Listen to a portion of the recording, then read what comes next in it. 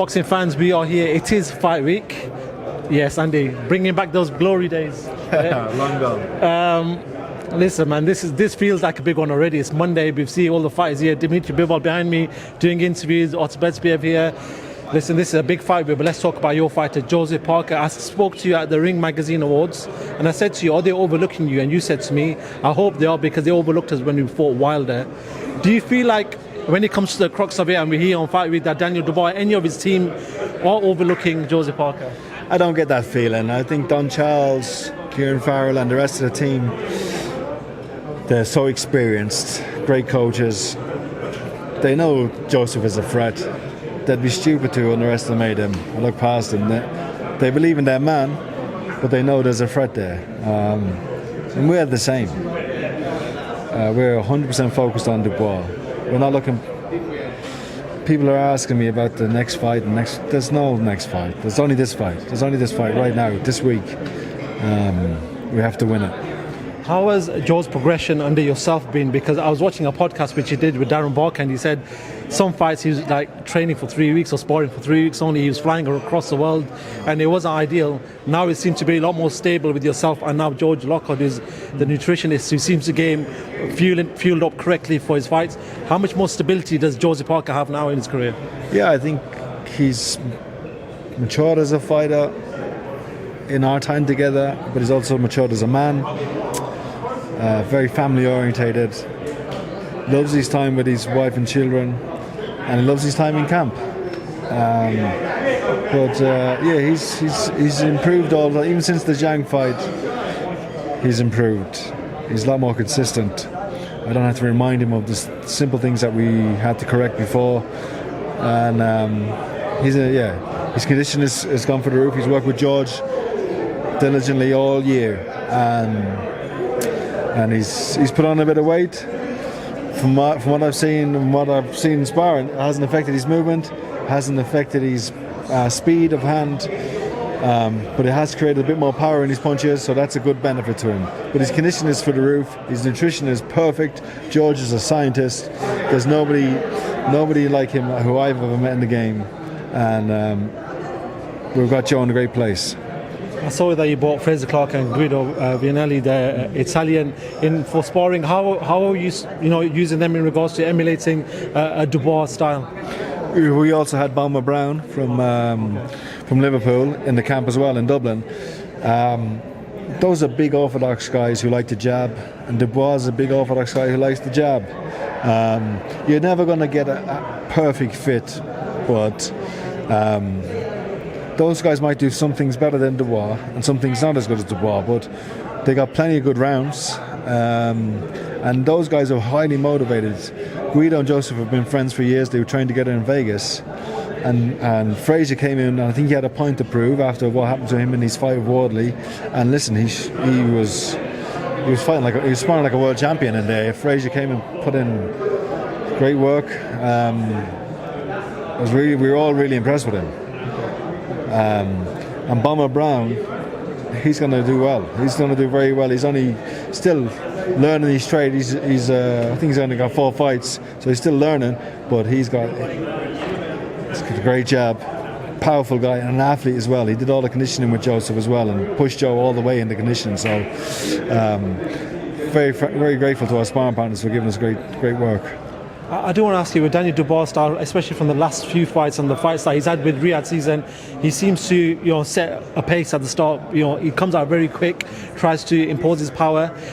Do you have to make this fight a bit frustrating for him? Would it have to be a little bit dirty from Joe's side?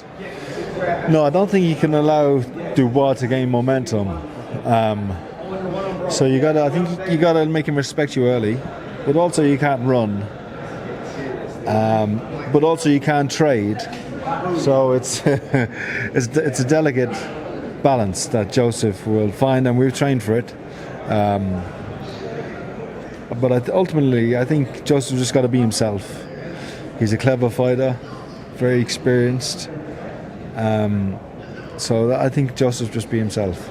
Usyk's been around doing interviews, and he said he's going to be here on Friday, I think, and he's going to be watching ringside. And the carrot that dangling for you guys is that fight with Alexander Usyk for the undisputed again. Obviously, how are you sort of keeping grounded? How you sort of make sure Joe doesn't get reeled into any of the noise?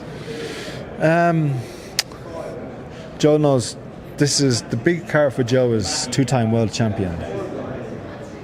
What an achievement. There's not many of those in the history of boxing, two-time heavyweight world champion. So that's the carrot for him. Everything else that comes after that is a bonus.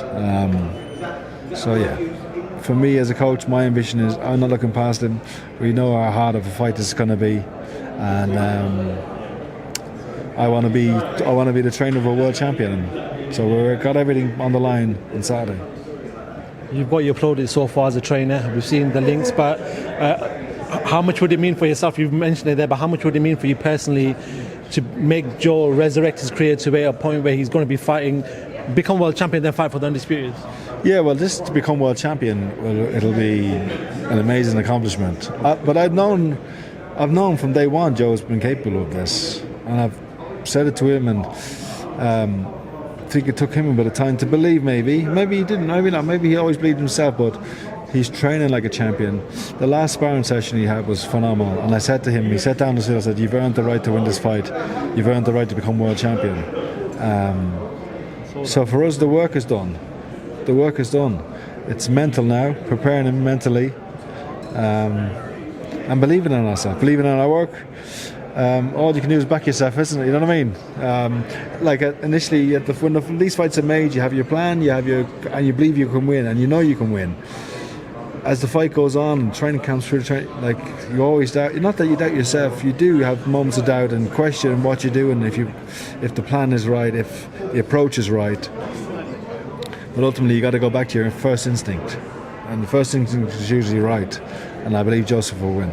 I was watching the documentary that Joe's got on his YouTube channel, and I was paying attention to what you were saying to him, and you seem to be a motivator at the same time, because you're an ex-fighter. Does that come into play where you're telling him, Joe, you've done the hard work, you're going to win this fight? You were saying that to him, something along them lines to him after the last bar, where Joe seemed pumped up for it. As a fighter, is that what you know that fighters need? Yeah, I think so. If Joe has a bad day, I tell him straight as well. Okay. It's not all blowing smoke, you know what I mean? So when you do say things that are positive, they mean something. But it is now at this stage, the fight is won and lost in the mind. The mental games, and what you believe will happen. If you believe you're going to win, you'll win. If you have doubts, if you don't feel, if you're giving yourself an excuse or giving yourself an out, then you're not going to win. I just found two from myself. Tyson Fury, how is he? Have you caught up with him? A couple of messages here and there. Following on Instagram, he seems very happy, and when speaking to him, there are just a few messages. He is very happy, very content. He doesn't have just said he's glad to be retired, and I believe him. Final one, just a quick one from yourself. Anthony Joshua, we've seen him in Dubai, and there's a video going on where he's doing a sort of a shadow spot with the pole in front of him. What do you believe is next for Anthony Joshua? I have no idea, but the world's his oyster, isn't it? Everybody wants to fight him, and everyone, he's, what is he, two-time heavyweight world champion? Two-time already? Why a two-time? Yeah, great. He's a Hall of Famer. He's achieved so much, and still a force to be reckoned with in the division. So I have no idea what's next for him. I don't know. If he fought Chisora, that would be a good fight for both of them. It'd be a good fight for him. I don't know. I think he's still a force. Him and Tyson, if they fight each other, personally, I don't really care for it. If they want to fight, they want to fight. But I don't really seem like that's a fight that has to happen. I think they're both great in their own right. Andy Lee, listen, it's always a pleasure. It is start of fight week. There's a big buzz. Hopefully we get to see a lot more. We get to see a lot more of Joe. Thank you very much for your time. I'll see you during the week. So, man, thank you very much.